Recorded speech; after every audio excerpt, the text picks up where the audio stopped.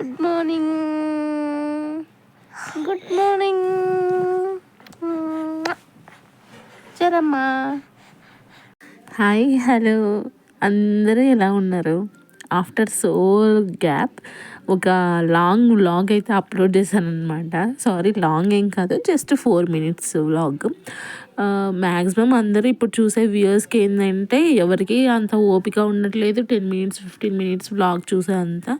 అందరూ short and స్వీట్గా అయిపోవాలి అని చెప్పేసి ఎక్కువ షార్ట్స్కే ప్రిఫర్ చేస్తున్నారనమాట. సో నేను అలా జస్ట్ కొంచెం కొంచెం బిట్స్ అయితే యాడ్ చేసేసి ఒక మినీ వ్లాగ్ లాగా అయితే నేనైతే షేర్ చేసుకుంటున్నాను మీకు.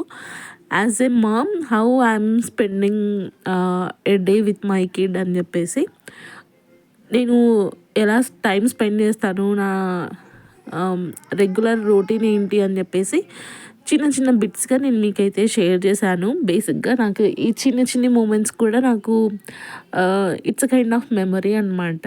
రేపు ఫ్యూచర్లో మళ్ళీ వాటిని అన్నిటిని చూసుకోవచ్చు, నా బేబీకి చూపించవచ్చు అనే ఇంటెన్షన్ అయితే బాగా ఉంది. సో అందుకు షూట్ చేసుకున్నాను అనమాట. నాకు కొంచెం టఫ్ అనే చెప్పచ్చు, ఎందుకంటే ఆఫీస్ వర్క్ని బ్యాలెన్స్ చేసుకుంటూ, ఇంట్లో వర్క్ని బ్యాలెన్స్ చేసుకుంటూ, బేబీని చూసుకుంటూ ఇలా వ్లాగ్స్ షూట్ చేసుకోవాలంటే literally it's a very tough job.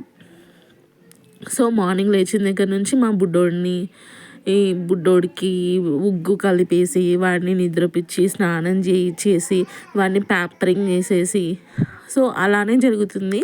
ఇది వచ్చేసి నేను ఫర్మెంటెడ్ రైస్ ఎక్కువ ఇష్టం అనమాట. ఈ వ్లాగ్కి ముందు రోజు నైట్ నేను ఫర్మెంటెడ్ రైస్ పెట్టుకున్నాను. ఆ ప్రాసెస్ ఏంటి అని చెప్పేసి నేను మీకు ఐకార్డ్స్లో చిన్న మినీ వ్లాగ్ షార్ట్ అయితే అప్లోడ్ చేశాను.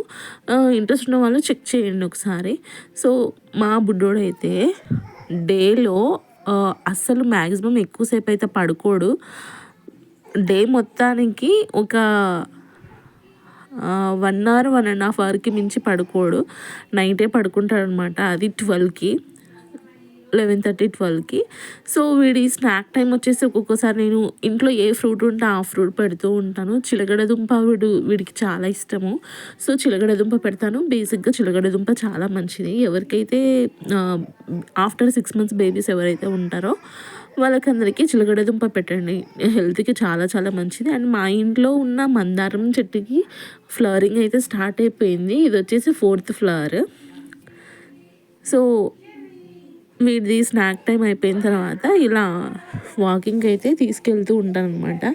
మా వాడికి ఇంట్లో ఉంటే అస్సలు నచ్చదు, ఎప్పుడు బయట ఉండడానికే ఇష్టపడుతూ ఉంటాడు. సో ఇలా వాకర్లో వేసి వాకింగ్ తిప్పుతూ వాడికి చిలగడదుంప స్నాక్స్ అవి ఇవి పెడుతూ ఉంటాను అనమాట.